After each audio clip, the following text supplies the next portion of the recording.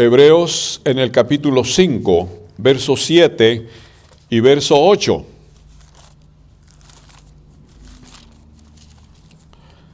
Libro de Hebreos, capítulo 5, verso 7 y verso 8.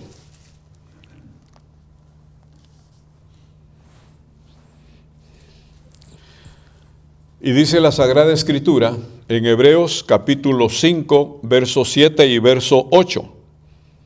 Y Cristo, en los días de su carne, ofreciendo ruegos y súplicas con gran clamor y lágrimas al que le podía librar de la muerte, fue oído a causa de su temor reverente. Y aunque era hijo, por lo que padeció, aprendió la obediencia. Y quiero referirme directamente al versículo 8.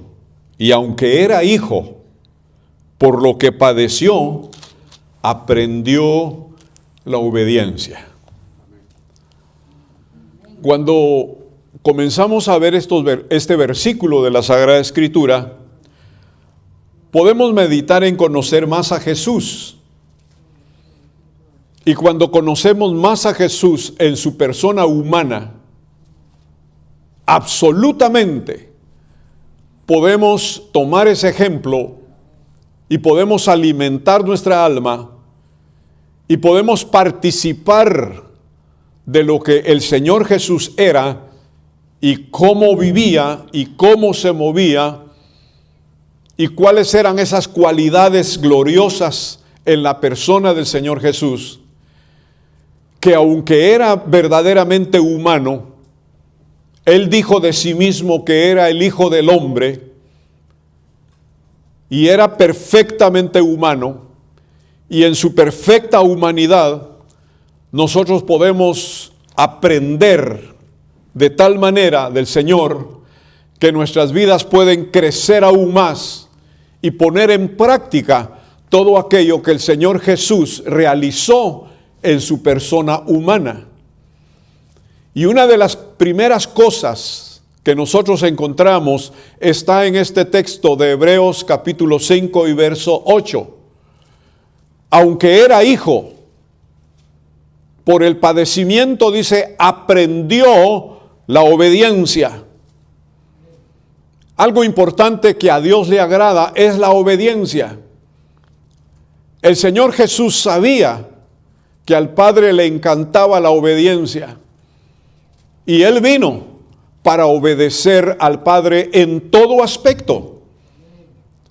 El Señor Jesús no hablaba, no hacía las cosas en su propia voluntad. Siempre consultaba al Padre. Y cuando el Padre le daba las instrucciones o le hablaba directamente, el Hijo lo único que podía hacer era obedecer la voluntad del Padre. Y eso es importante para nosotros en este tiempo también. Nuestra obediencia debe ser absoluta y dirigida exactamente al Padre, al Hijo y al Espíritu Santo. Ejemplo, si el Espíritu Santo dice que viene para dirigirnos, nosotros debemos de obedecerle a esa dirección. El Espíritu Santo habla, guía, enseña y promueve la palabra en nuestros corazones para que nosotros lo único que podemos hacer es obedecerle. Y cuando somos obedientes al Padre y al Espíritu Santo, estamos haciendo lo que el Hijo en su vida humana hizo, obedecer. Todos aquellos que obedecieron a Dios en el tiempo antiguo fueron bendecidos, fueron prosperados, la mano de Dios estaba con ellos, el agrado de Dios estaba con ellos, porque siempre obedecieron a Dios. En este tiempo también, aunque no podemos ver con nuestros ojos humanos a Jesús, aunque no podemos ver con nuestros ojos al Espíritu Santo, aunque no podemos ver al Padre, nosotros debemos de aprender a obedecerle en aquello que el Señor nos indica hacer en nuestra vida humana. Bendito sea el Señor.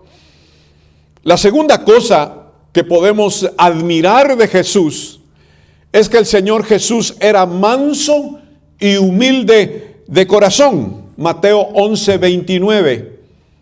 Era manso y humilde de corazón.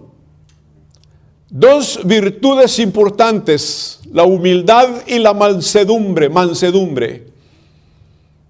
A Dios le agrada eso, y a Dios le agradó eso de su Hijo. Aunque Él era rey de reyes y Señor de señores, aunque Él era divino, aunque el Señor Jesucristo vino de los cielos y vino a esta tierra por un milagro maravilloso del Padre, el Señor Jesucristo, mientras estuvo aquí relacionándose con su pueblo de Israel, Él no era altanero, Él no era orgulloso, Él no se creía un don o un grande, sino el Señor Jesucristo en su corazón guardaba la humildad y guardaba la mansedumbre, y la demostró en diferentes oportunidades. Por ejemplo, el libro de Mateo en su capítulo 21, verso 1 al verso 5, dice la Biblia que el Señor Jesús estaba preparado para ir a Jerusalén, para entrar a Jerusalén. Y le dijo a sus discípulos: vayan a Bet-Jabé, y allí encontrarán a alguien que tiene una asna, pero también tiene un pollino. Y vayan y tomen ese pollino. Y si alguien les pregunta por qué lo van a tomar, solamente díganle: porque el Señor lo necesita. Y dice la Escritura: decide el Señor la necesita y luego los enviará. Todo esto se aconteció para que se cumpliese lo dicho por el profeta cuando dijo: decida la hija de Sión, he aquí, tu rey viene a ti, manso y sentado sobre una asna, sobre un pollino, hijo de animal de carga. Se suponía que un rey, cuando entraba a Jerusalén o cuando entraba a algún lugar importante, entraba con pompas y lujos y fiestas y muchas otras cosas más. Entraba en una carroza o en uno de los caballos más elegantes y robustos. Pero en el caso del Señor Jesús, cuando Él iba a entrar a Jerusalén, mandó a sus discípulos a traer un pollino. Y dice la Escritura que se sentó en ese pollino, en ese hijo de animal, hijo de una asna, para entrar a Jerusalén. La Biblia dice, el texto antiguo dice: he aquí tu rey viene a ti. No era cualquier hombre, no era cualquier individuo el que iba a entrar a Jerusalén en esa oportunidad. Era nada menos que el Rey de Reyes, el Señor de señores y el Príncipe de paz, el Hijo del Dios viviente. Pero Él no entró con grandes lujos a Jerusalén para que lo vitorearan o lo reconocieran o lo aplaudieran y los grandes de aquel tiempo le dieran una bienvenida espectacular. No. La Biblia dice que el Señor Jesús se sentó sobre un pequeño animal para entrar a Jerusalén de esa forma humilde y sencilla. Pero lo sencillo de Dios es más grande que las grandezas de los hombres. Él entró a Jerusalén sentadito en un asnito, en un pequeño animal. Y dice la Biblia que el pueblo, la gente, ponía mantos y ramos enfrente. Y ahí pasó el Señor Jesucristo y unos gritaban: Hosana al hijo de David. Muchos creían que Jesucristo se iba a enaltecer a sí mismo pero él no se enalteció ni tomó su propia gloria para sí mismo. Antes bien, en todo aspecto le daba la gloria a Dios. Mansedumbre y humildad es lo que se necesita en la vida. Mansedumbre y humildad en la iglesia. Mansedumbre y humildad en el hogar. Mansedumbre y humildad en la vida personal, porque eso le agrada al Señor. En tercer lugar, la Escritura nos enseña que en la boca de Jesucristo no se halló engaño. Mire cómo el apóstol Pedro, que estuvo muy cerca del Señor desde el principio de su llamamiento, el apóstol Pedro llegó a conocer a Jesús personalmente y profundamente. Y a medida que el apóstol Pedro avanzaba o crecía en su discipulado,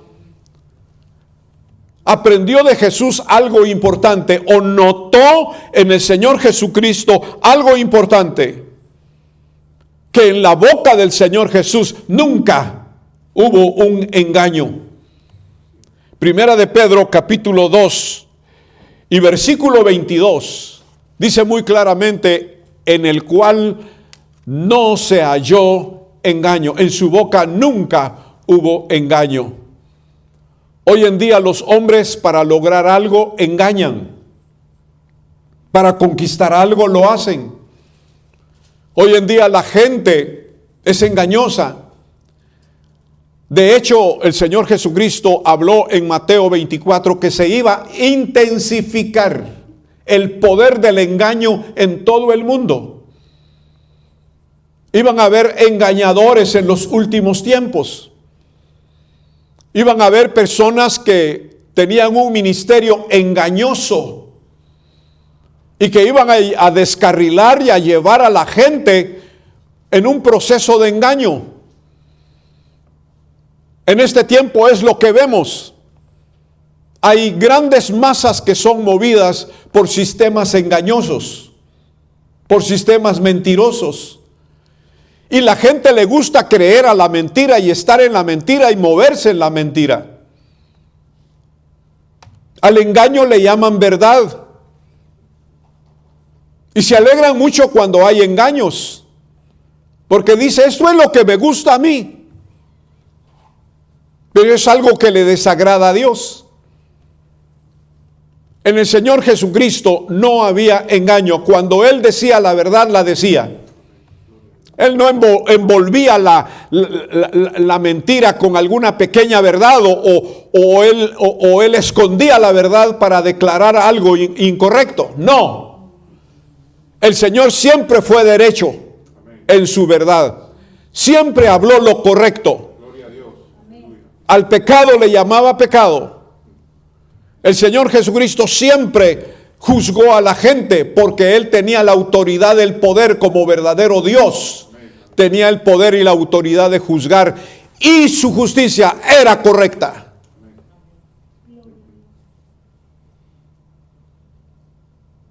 No creamos que el Señor Jesús era muy apreciado por todo lo que hablaba. Muchos lo criticaron, otros lo persiguieron, otros le pusieron tentaciones enfrente, lo tentaron muchas veces. Querían hacerlo caer en alguna palabra, querían hacerlo caer en alguna acción, pero el Señor Jesucristo nunca falló. Él era íntegro, Él era claro, Él era directo, era muy amoroso, pero era muy directo. El Señor Jesucristo era sincero, porque no se halló en Él ningún tipo de engaño. Bendito sea el nombre del Señor. Y eso necesitamos hoy. Hoy necesitamos caminar en la verdad y practicar la verdad. No tenemos por qué engañar, ni ser engañados, ni ser engañosos. Lógicamente, si nos engañan, allá la gente. Pero por lo menos nosotros no tenemos que engañar a la gente. Dios no nos ha llamado para engañar a la gente. Dios nos ha llamado para decirle a la gente la verdad y decirles que Jesucristo es el único camino, la única verdad y la única vida. Sea el nombre del Señor glorificado. En cuarto lugar, la Escritura nos enseña muy claramente que en su vida personal Jesús era compasivo. Mateo capítulo 14 y verso 14. La compasión caracterizaba a Jesús. Sus sentimientos eran nobles. Su amor profundo. Porque dice la Biblia, de tal manera amó Dios al mundo que ha dado a su Hijo unigénito. Y ese Hijo unigénito que dio el Padre, indudablemente venía con una compasión, una misericordia y un amor profundo, así como el Padre era, o como el Padre es. Como el Padre es, así también era el Hijo. Porque el Padre amaba al Hijo y el Hijo amaba al Padre. Pero el Señor Jesús tenía unos sentimientos puros, nobles y buenos. A Jesús le encantaba caminar con los niños. Le encantaba dar de comer a la gente, aunque no tenía muchas cosas en su mano.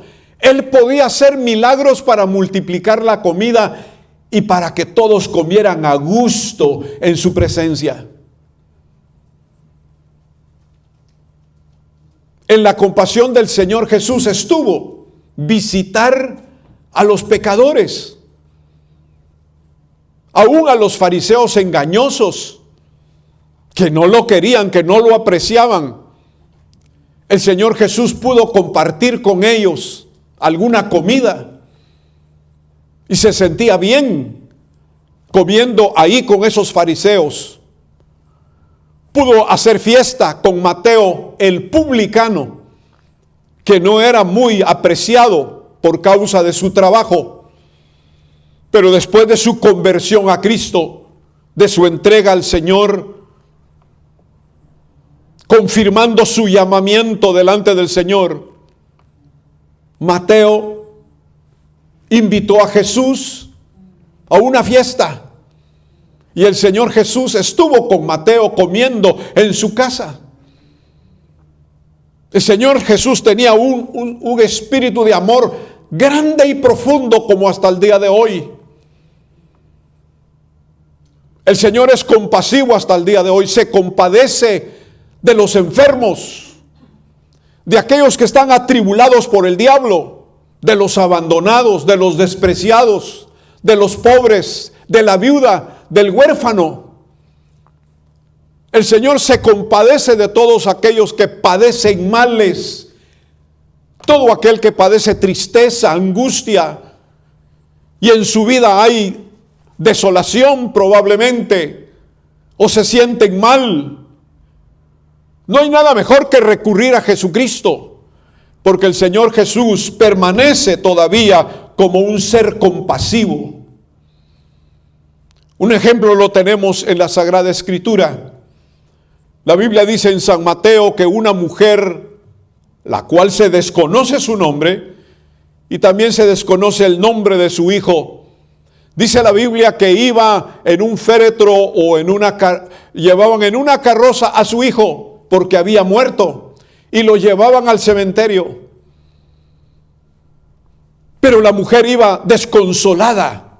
¿Qué madre no podía estar desconsolada a la muerte de un hijo, de su único hijo? Ya no tenía esposo. Lo único que le quedaba era su hijo. Y lamentablemente este hijo iba al cementerio ya muerto. Y aquella mujer, la cual se le llama la viuda de Naín, iba detrás de aquel féretro como muchas madres, con un rostro pálido, con muchas lágrimas en sus ojos y probablemente diciendo: hasta ahora me he quedado completamente sola.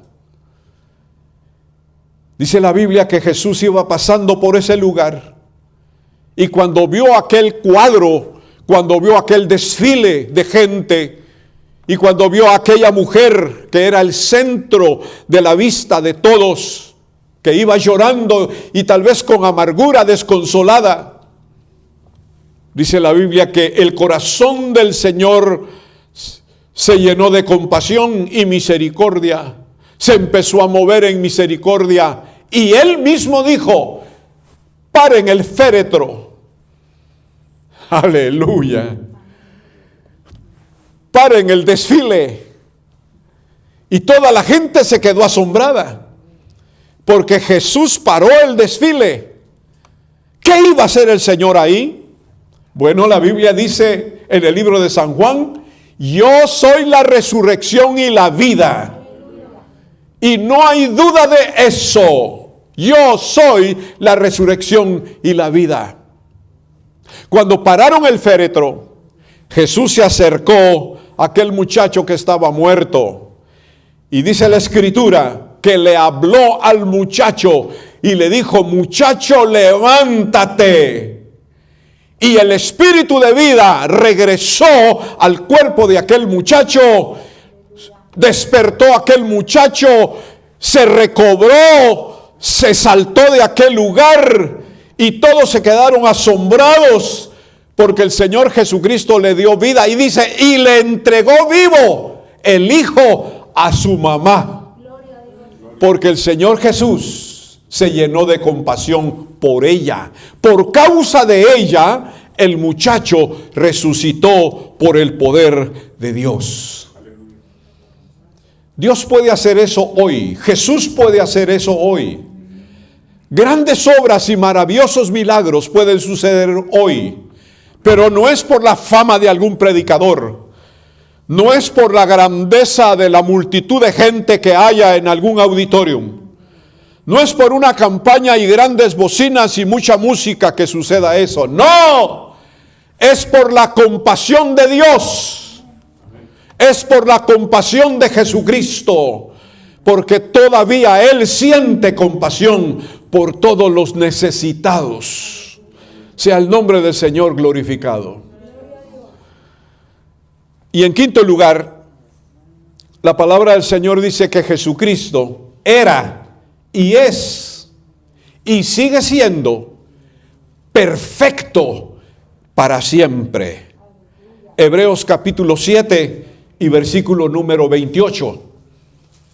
Jesucristo era, es y sigue siendo perfecto para siempre. El libro de Hebreos capítulo 13 nos enseña: Jesucristo es el mismo de ayer, de hoy y por los siglos. No hay persona que haya sido o que se levante hoy en día como alguien perfecto. No, Señor. El único perfecto es Dios. El único perfecto es su Hijo Jesucristo. Y el único perfecto es el Espíritu Santo, quien es Dios verdadero, semejante al Padre y semejante a Jesús. Jesús es perfecto para siempre. Y hay varias cosas que podemos encontrar en la Biblia en cuanto a la perfección de Jesucristo. En primer lugar, dice la Biblia en el libro de Hebreos 7:26, que Jesús fue sin mancha. Aleluya.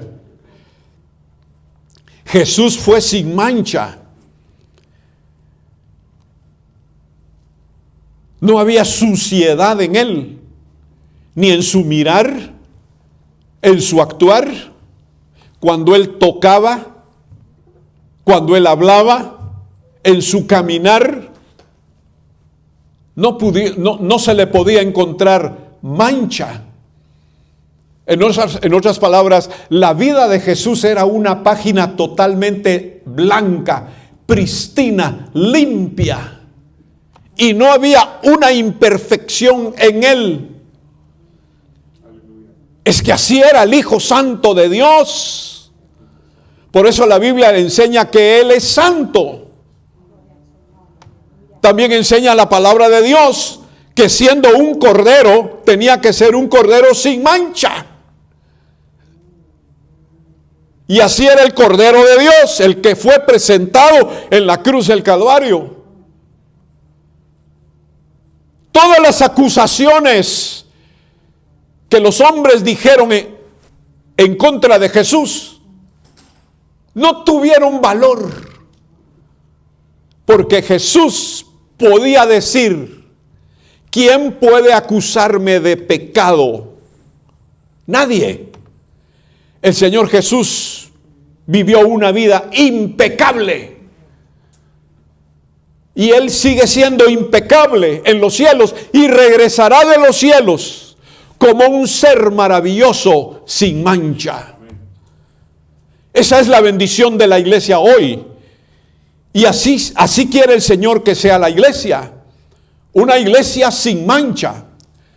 Otra cosa más que el Señor exige de la iglesia es que tenga sus vestidos limpios. Que los vestidos de la iglesia sean sin mancha. Muchas veces nosotros, como parte de la iglesia, erramos, fallamos, fracasamos en nuestra carne. ¿Cuántas veces lidiamos con esta carne y no hemos aprendido a amortiguar las obras de la carne en nosotros? Dejamos crecer las obras de la carne y por eso es que somos mal vistos. Y somos señalados, verbalmente nos persiguen, y en algunos otros países persiguen a los evangélicos muy fuertemente. En otros sistemas, en otros gobiernos, hay persecución contra la iglesia cristiana porque dicen que la iglesia cristiana es incorrecta. Pero nosotros hemos dado lugar a que la gente hable de esa manera de nosotros. Nuestro testimonio tiene que ser testimonio que valga, que sea de peso, que tenga un buen testimonio, que vean en nosotros las vestiduras del Señor, porque las vestiduras del Señor son limpias y son puras y son blancas. Mucha gente y mucho pueblo, muchos líderes evangélicos también, y mucha iglesia hoy ya no habla sobre la santidad. Y es por eso que la impureza ha entrado por sus puertas, la suciedad ha entrado al templo, la perversión ha entrado al templo. La vida de muchos evangélicos está sucia. ¿Por qué? Porque ellos mismos han provocado, han abierto la puerta para que la suciedad entre a ellos y los visite. Nuestras vestiduras tienen que ser limpias, así como son las vestiduras del Señor. El Señor era sin mancha. Otra cosa más, Hebreos 10, verso 10 y verso 14, dice que el cuerpo del Señor fue como una ofrenda. De hecho, en la vida personal del Señor Jesús y en su sacrificio, se cumplió lo que el Antiguo Testamento nos habla sobre la ofrenda mecida en la mañana y la ofrenda mecida en la tarde. Eso fue una de las cosas que ocurrió en la persona del Señor cuando Él fue al sacrificio. Él fue levantado porque era necesario que el Hijo del Hombre fuera levantado, para que todo aquel que en Él creyere no se pierda, mas tenga vida eterna. Pero después de un juicio rápido que le hicieron, un juicio injusto que le hicieron, eso estaba dentro del programa de Dios. Él fue levantado en la mañana. Él fue levantado en la mañana, fue clavado en la cruz en la mañana. Las manos de los gentiles, las manos de los soldados romanos, tomaron aquellos clavos grandes, tomaron el martillo y le traspasaron sus manos, les traspasaron sus pies. Otro soldado lo vio y tomó una lanza y traspasó su costado, del cual salió sangre y agua. Cuando el Señor Jesús llegó al sacrificio, cansado, atormentado en su cuerpo porque flagelaron su cuerpo sin misericordia. Y tuvo que caminar hasta el Gólgota, en parte cargando la cruz y en parte acompañado por un hombre, Simón Cirene, y llegó hasta la cumbre del Gólgota. Y ahí el Señor Jesucristo fue clavado en aquella cruz y fue levantado en la mañana, pero dice la Biblia, como una ofrenda mecida delante de Dios. Por eso nosotros hoy debemos de dar gracias, porque la ofrenda más grande, más sublime, más perfecta, más gloriosa, fue hecha por Cristo Jesús, por nosotros, en aquel monte Gólgota, en la cruz del Calvario. Alabanza y gloria al Señor, porque esa ofrenda mecida fue agradable en los cielos delante del Padre, nada menos que era su Hijo Santo Jesucristo. El libro de Romanos capítulo 8 dice, el que no escatimó aún a su propio Hijo, sino antes lo entregó por todos nosotros, ¿cómo no nos dará también con Cristo todas las cosas? Queridos amigos y hermanos, debemos de anhelar a Jesús y debemos de darle gracias por lo que Él hizo por nosotros en aquel monte Gólgota. Pero su cuerpo fue como una ofrenda mecida en la mañana, y todo el día el Señor Jesús pasó clavado en aquella cruz. Recibió lo más fuerte del sol de aquel día. Recibió la burla de mucha gente.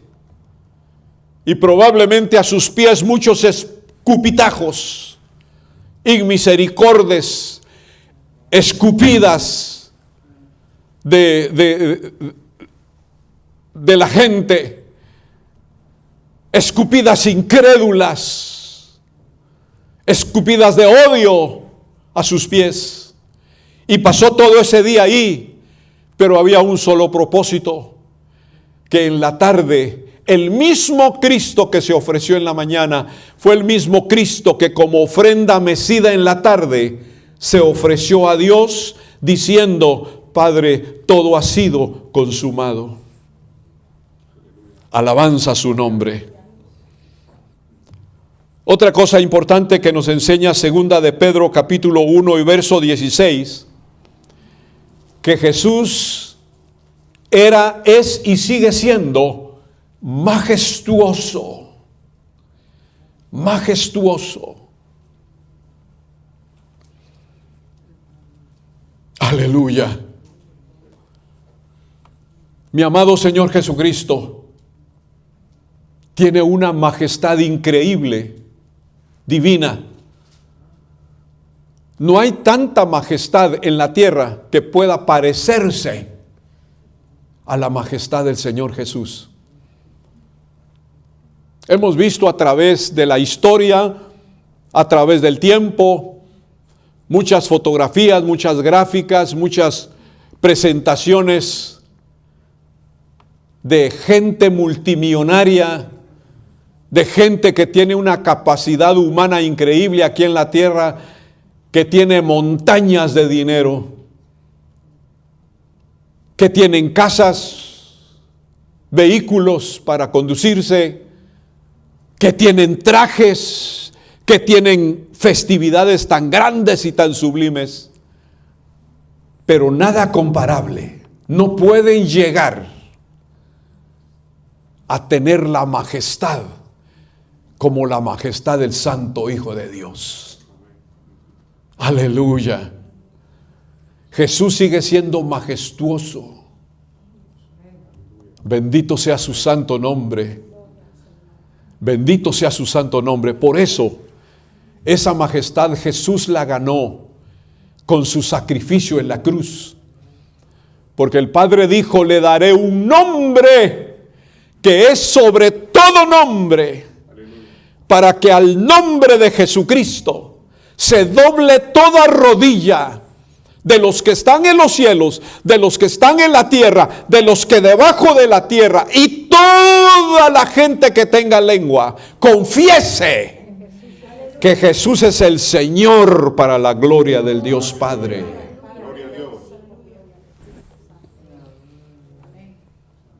La majestad del Señor es divina, y quiero decirles en esta hora que ese Cristo que tiene esa majestad vendrá en majestad.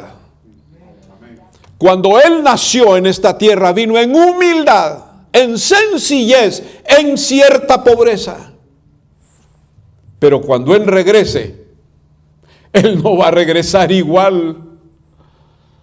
Él no va a regresar igual.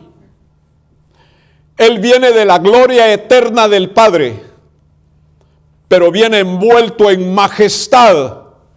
No hay lujo tan grande que pueda parecerse, ni aparecerá, ni el mismo diablo lo tiene, ni el mismo diablo lo puede conseguir, ni el mismo diablo a quien se le ha entregado todo puede decir eso. El diablo no tiene majestad, el diablo tiene horror, es asesino, es malhechor, es perverso. Satanás pone trampas inmundas, vive en inmundicia, en desorden.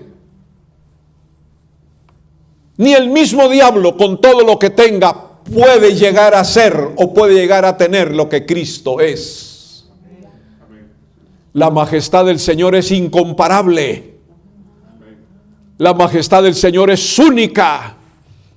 Y así va a regresar en su gloria preciosa de los cielos. Y dice la Biblia, todo ojo verá a ese Cristo que pronto regresará desde arriba y visitará nuevamente la tierra para quedarse con la iglesia, para quedarse con nosotros en gloria y majestad. Aleluya. Cristo sigue siendo majestuoso. Y como última cosa, y puede haber más, pero como última cosa, dice Apocalipsis capítulo 1, verso 10 al verso 18, que Jesucristo vive por siglos de siglos. La Biblia dice, yo estaba en el Espíritu en el día del Señor, y oí detrás de mí una gran voz como de trompeta. Mire esa voz, una gran voz como de trompeta que decía, yo soy el alfa y la omega, el primero y el último. Escribe en un libro lo que ves y envíalo a las 7 iglesias que están en Asia. Y me volví, dice el apóstol Juan, y me volví para ver la voz que hablaba conmigo. Mire, aquí hay algo bonito. Dice que Juan se volvió para ver la voz. Él no sabía quién hablaba.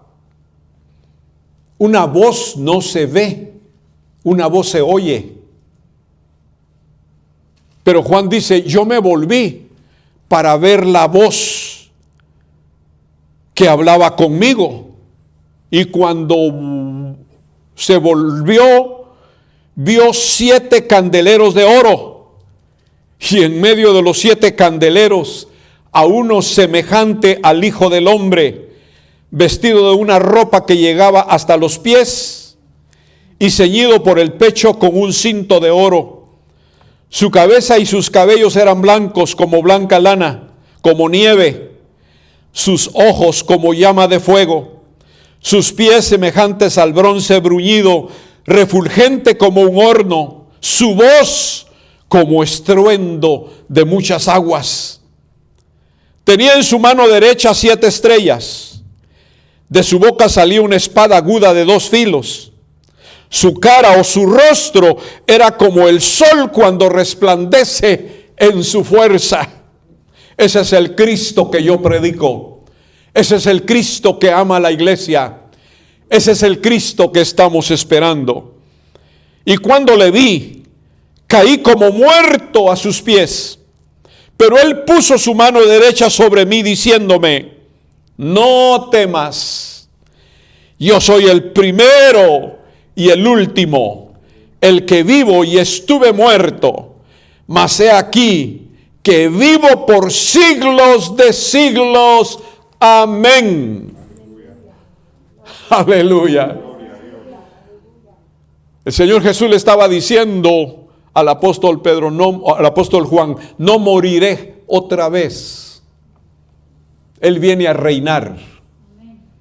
No morirá otra vez. Él viene a recobrar su pueblo, a reconocer su pueblo. Él viene otra vez por la iglesia redimida. Él no morirá otra vez. Él no tiene tiempo de vida. Él es eterno. Santo es el Señor para siempre. Este es el Cristo que nosotros tenemos. Y es el Cristo que por la fe hemos recibido. Los dioses de las gentes están muertos. Están pintados. Tienen quebrados los dedos. Ya no tienen ojos. Tienen pies pero no pueden hablar.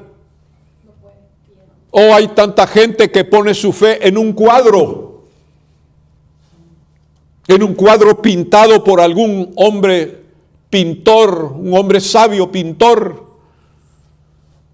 Pone su confianza en algo que el hombre ha hecho. Y los hombres le han dicho, he aquí tu Dios. Pero no huele, no siente, no entiende. Dentro de ellos todo está hueco, vacío. Los dioses imaginarios de la gente. Hay dioses que la gente le llama dioses a los insectos, a los animales. Y hay tanta gente que respeta a los animales y a los insectos porque son dioses para ellos. Ahí está su fe. En el otro lado del mundo, entre los hindúes hay un río sagrado, un río sagrado. Y ellos creen que en el más allá, ese efecto del río, ese río caudaloso e inmenso, les va a devolver la vida. Y así sucesivamente, en toda la historia humana han habido creencias incorrectas. Creencias hacia dioses que no tienen ninguna capacidad, ninguna virtud, que no tienen nada, que no ofrecen nada, que no se mueven, que no sienten, que no ayudan.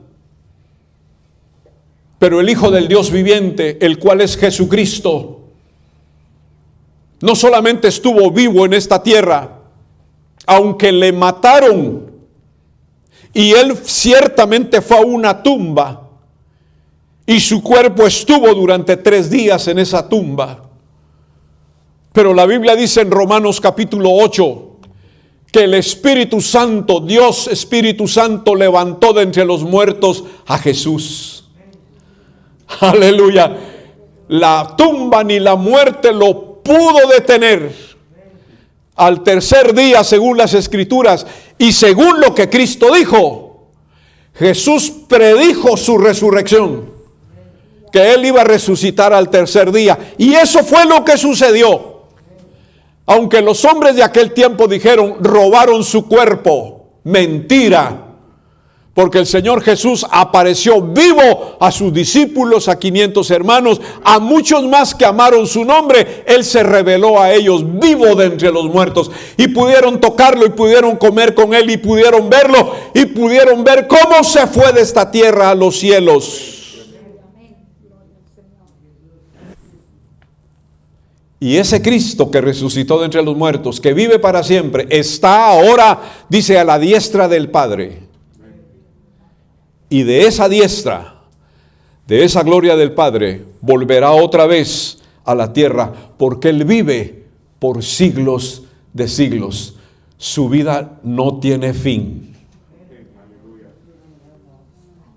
Ese es el Cristo que predicamos. Ese es el Cristo que te damos. Ese es el Cristo que nos enseña el Evangelio.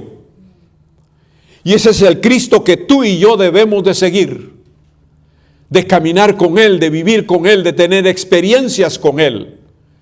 De amarle a Él con las fuerzas de nuestro corazón.